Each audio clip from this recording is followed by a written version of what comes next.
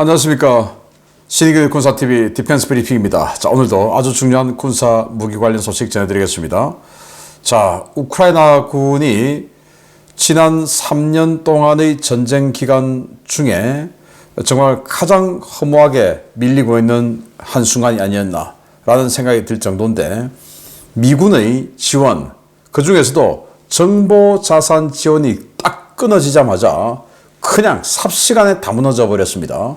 그리고 그 무너뜨리는 선봉에 북한군이 섰다고 합니다. 북한군이 가장 깊게 들어왔다고 하는데 정찰 총국 병력들이었다라는 설이 있어요. 자, 정말 이 미국의 지원, 그 중에서도 정보 자산 지원이 이렇게 중요하다라는 걸 한 번 더 느낄 수가 있는데, 어떤 내용인지 보도록 하겠습니다. 5가지 단신 먼저 보겠습니다. 필리핀은 타를라급 LPD 상륙함 성능 개량 사업에 추진한다 라는 소식부터, 독일 라인메탈은 레오파르트 1 전차 활용한 자주 대공포를 우크라이나에 공급한다 라는 소식까지 보겠습니다. 첫 번째입니다. 필리핀 해군이 2척을 운용 중인 타를라급 도크형 상륙함의 무장과 센서를 업그레이드하는 방안을 추진 중이라는 소식입니다. 인도네시아에서 2척을 조달한 이 상륙함은 12.7mm 기관총 외에는 이렇다 할 무장이 없는데요. 필리핀은 여기에 76mm 함포와 함대공 미사일, 25mm 기관포 등을 추가하고 레이더도 개량하는 방안을 추진 중입니다. 미국의 우크라이나 군사 지원 중단 사태를 해결하기 위해 동분서주하고 있는 프랑스가 러시아 동결 자금 1억 9,500만 유로를 사용해 우크라이나에 대한 긴급 군사 지원 패키지를 공급한다고 밝혔습니다. 프랑스군에서 퇴역한 AMX-10RC 경전차와 VAB 장갑차, 다량의 AASM 해머 항공 유도폭탄이 이번 패키지에 포함되었습니다. 미국이 인도에 F-35 전투기를 판매를 제한한 이후 러시아의 수호이-57 인도 수출 노력이 점점 강화되고 있습니다. 데니스 알리포프 인도 주재 러시아 대사가 인도 정부 고위급 인사들과 연수에 접촉을 갖고 인도가 수호이-57을 선택할 경우 파격적인 수준의 기술 이전과 현지 생산 지원을 제공하겠다며 인도 정부 설득에 총력을 다하고 있습니다. 세계 최강의 야전 방공 시스템을 자처했지만 우크라이나 전쟁에서 이래저래 망신을 당하고 있는 러시아 판치르 S-1이 드론 공격에 또 당했습니다. 러시아군이 FPV 드론에 피격돼 대폭발하는 판치르 시스템의 영상을 공개했는데, FPV 드론 공격에는 이런 야전 방공 시스템도 속수무책인 것 같습니다. 우크라이나와의 방산 협력을 크게 강화하고 있는 독일 라인메탈이 유럽 각국의 퇴역 레오파르트 1 전차 차체를 활용해 신형 대공포탑인 스카이레인저 35를 붙인 새로운 자주 대공포를 내놓았습니다. 현재 생산 중인 초도 물량은 모두 우크라이나에 공급된다고 하는데, 과연 어느 정도 효과를 보여줄지 지켜봐야겠습니다. 네, 이 배입니다. 제법 외관은 잘생겼죠. 이거 인도네시아에서 만들어서 판 겁니다. 두 척 해서 4척을 판매를 했는데, 이게 무장이 아무것도 없어요. 레이더도 없어요. 보시다시피 그냥 거의 상선용으로 보이는 대수상 레이더 이거 하나밖에 딱 없는 것 같은데, 그래서 12.7mm 중기관총 그 정도만 지금 장착을 하고 있는, 군함이라고도 할 수 없는 이런 상륙함인데, 필리핀은 아시다시피 7,000개 이상의 섬으로 이루어진 국가고 그 섬들의 반군들이 압력하고 있죠. 그래서 그런 섬들에 지원하고 또 병력을 보내고 하기 위해서 상륙함이 필요했던 것 같습니다. 자, 그런데 이제 중국과의 분쟁이 가시화되고 또 무장 반군들도 무장이 또 강해지고 하다 보니까 여기에도 자체 무장이 있어야 되겠죠. 그래서 이 부분에 76mm 함포, 그리고 이 윗부분에 함대공 미사일 이런 거를 장착을 한다. 그리고 또 20mm 기관포 또 이런 것도 장착한다라는 건데, 진작 했어야 되는데, 자, 그러면 이 함포 사격하려고 하면은 일단 봐야 되니까 레이더, 또 함대공 미사일, 또 대공 레이더 이런 거 다 있어야 되죠. 그리고 이 전투체계, 사격 통제 장치 다 있어야 되죠. 야, 이 정도면 거의 이 개량 작업이 거의 배값보다 더 비싸질 수도 있겠다라는 생각이 들긴 하네요. 이거 인도네시아에서 개량한다고 합니다.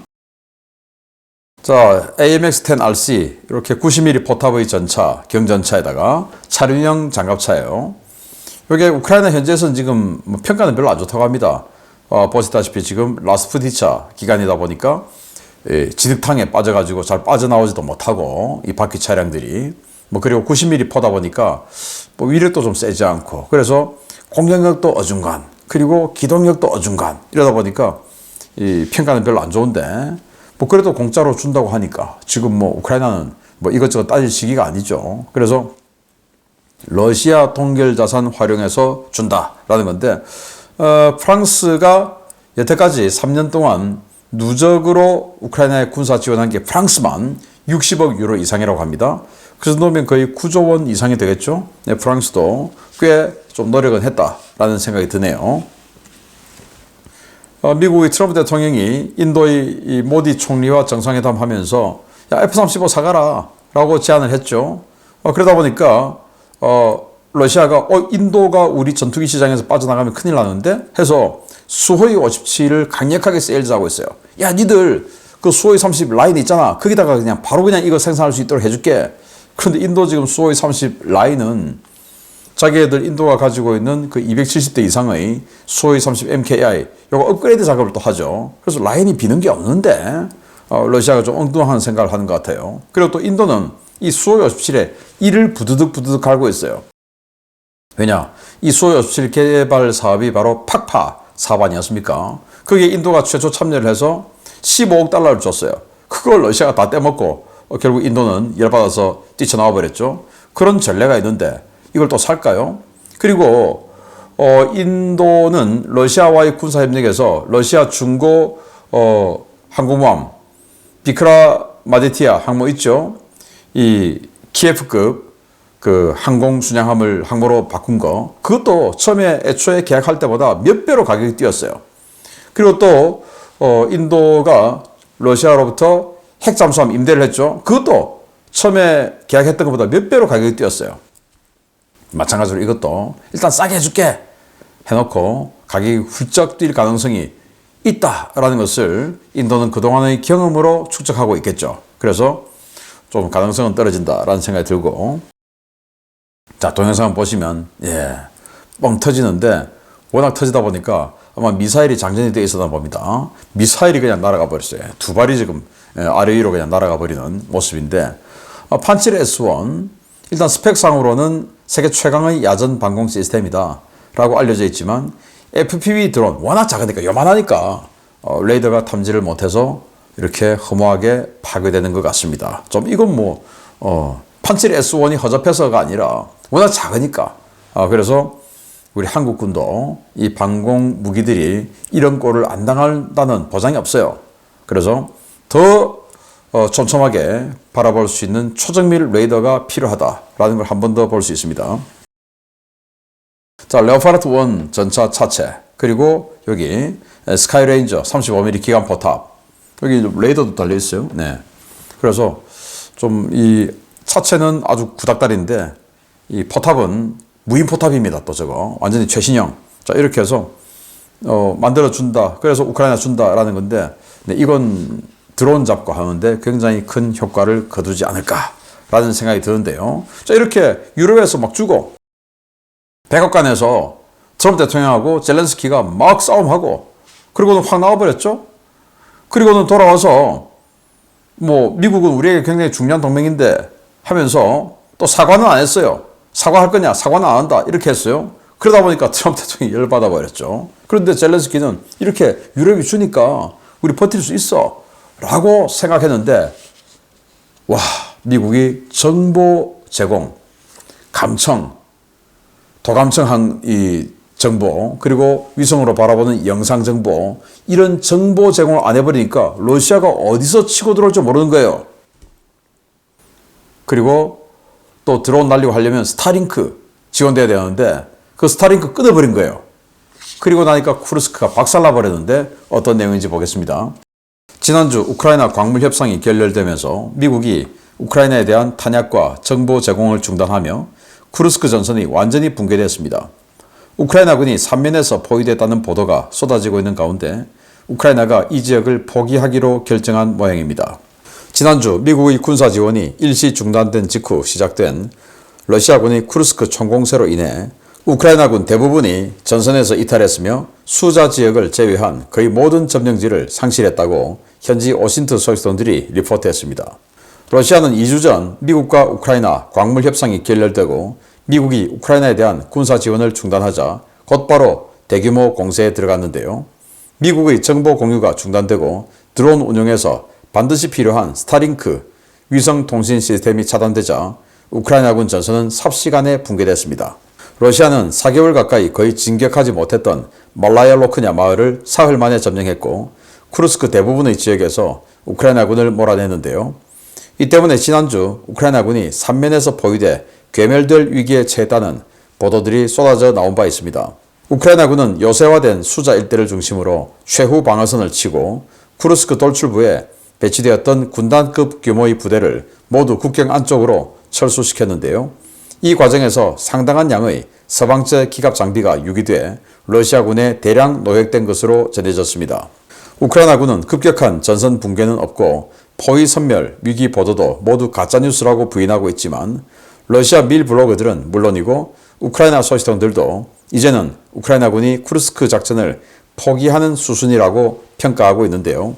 미국의 지원이 끊기자마자 가장 강력한 협상 카드를 잃은 우크라이나. 앞으로 전쟁 수행이 더 어려워질 것으로 보입니다. 네, 젤렌스키가 트럼프 대통령과 말싸움을 하는 등 아주 도움을 받는 입장에서 뭐 그렇게 광물 협정을 하기로 했으면 깔끔하게 그냥 뭐 비록 속에서 불불 끓어오른다 하더라도 결정했으면 그렇게 하면 되는데 그 왜 복장 그 따위야 왜 양복 안 입었어 하는 그게 울컥해가지고 그때부터 감정이 격앙되어서 이제 싸움을 시작했던 젤렌스키가 그 대가를 너무 크게 받는 것 같습니다. 자, 그 싸움을 했죠. 싸움을 하고는 미국은 바로 폴란드로 들어가던 폴란드의 항구를 그단스크 항구를 통해서 들어가던 그 물자를 끊어버렸어요. 근데 물자가 안 들어왔어요. 며칠간. 안 들어와도 독일이 프랑스가 뭐 이렇게 주니까 전선은 굴러가는 겁니다. 그래서 굴러가네 하고는 사과는 안 했어요. 미국은 우리에게 아주 중요한 우방국이다 뭐 하고 이렇게 또 뭐 트럼프 대통령 정말 뭐 존경한다 이렇게까지만 이야기하고 사과를 안 한 겁니다. 사과는 할 수 없다 이렇게 했죠. 그리고 나서 이제 트럼프 대통령이 그래 하고는 정보 자산 제공을 끊어버린 거예요. 정보자산, 조기 경보기가 날아다니면서 러시아군의 전투기 또 미사일 날아오는 거 다 알려주죠. 그리고 또 RC-135 같은 거 다 날아다니면서 도청 감청 다 해가지고 야 쟤들이 지금 며칠 날 이쪽으로 들어오려고 지금 준비하고 있다. 또 위성 정보 다 보면서 부대 이동하는 거 다 보고 다 알려주죠. 그러니까 우크라이나군은 러시아군이 어디로 들어올 건지 다 알고 그게 기다리고 있다가 드론 가지고 딱 기다리고 오면 그냥 드론으로 때리면 돼요.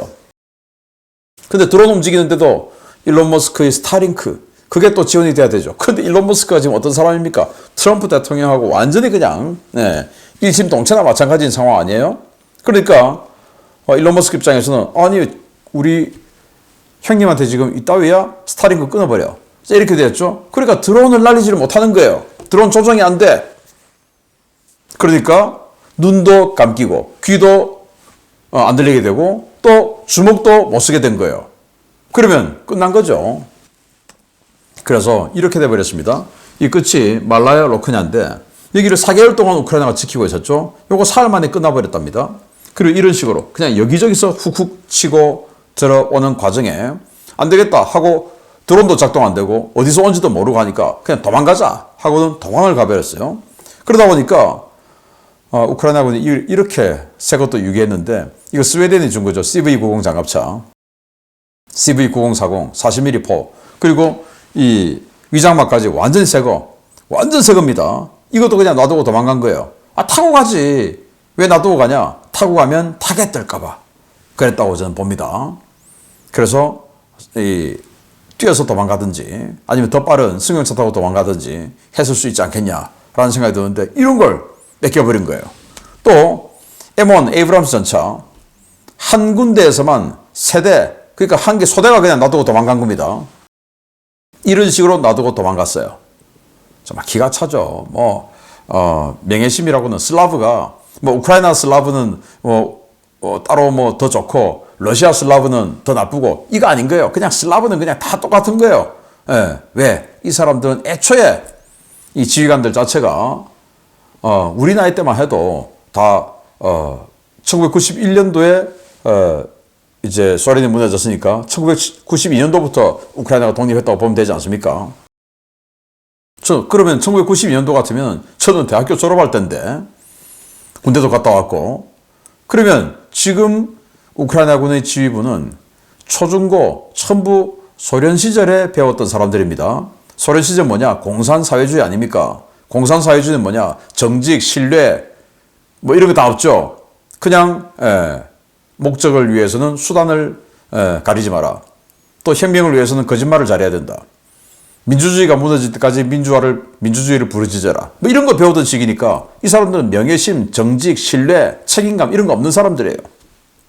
그러니까 놔두고 도망가는 겁니다. 우리가 이걸 놔두고 도망갔을 때 미국은 우리를 어떻게 생각할까? 이런 생각 전혀 안 하는 교육을 받아왔기 때문에 못해요, 생각을. 우리 같으면 이건 우리가 놔두고 가면 미국이 우리를 어떻게 볼까? 아니야, 가지고 가야 돼. 이렇게 하겠지만 이 사람들은 그런 교육을 안 받은 거예요. 몰라 그냥. 그래서 놔두고 온 겁니다. 미군이 이거 보면 완전히 열받겠죠. 자, 그래서 이 아래, 수자 아래 쑥 치고 들어간 거, 여기 치고 들어오는 이 자리에 북한군들이 대거 포함되었다. 그것도 정찰총국 출신들이. 자, 이런 이야기가 있습니다. 자, 그래서 이런 거 보면 우리 한국도 미군 정보 자산에 거의 의존하고 있지 않습니까? 자, 이런 상황 보면 우리 군은 그러면 안녕하신가?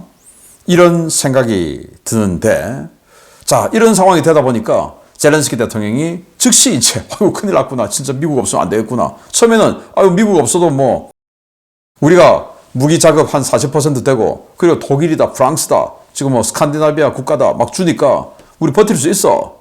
광물 그냥 우리 거 다 하자.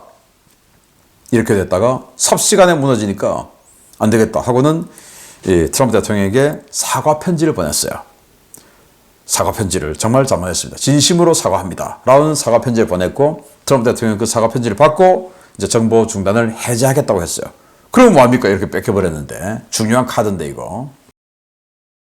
참 외교에 국익에는 결코 지도자가 자존심을 세워서는 안 된다. 그 자신의 자존심을 버릴 각오를 하고 지도자가 돼야지. 국익 앞에 자존심이 어디 있습니까? 이제 그러면 지금 이렇게 됐다고 광물협정 50% 미국 못 줘. 우리 이만큼 뺏겼으니까. 이거 되겠습니까? 어쩌면 50%가 아니라 60%, 70% 줘야 될 수도 있죠. 자기 자존심 때문에. 양복 내가 전시라서 못 입었습니다. 하면 되는 거지. 정말 기가 차다. 전 세계에서 계속 3년 동안 이렇게 해주니까 정말 자기가 훌륭하다라고 착각해버린 건 아닐까라는 생각이 드는데, 우리 대한민국 지도자는 안 그랬으면 좋겠습니다. 마치겠습니다. 감사합니다.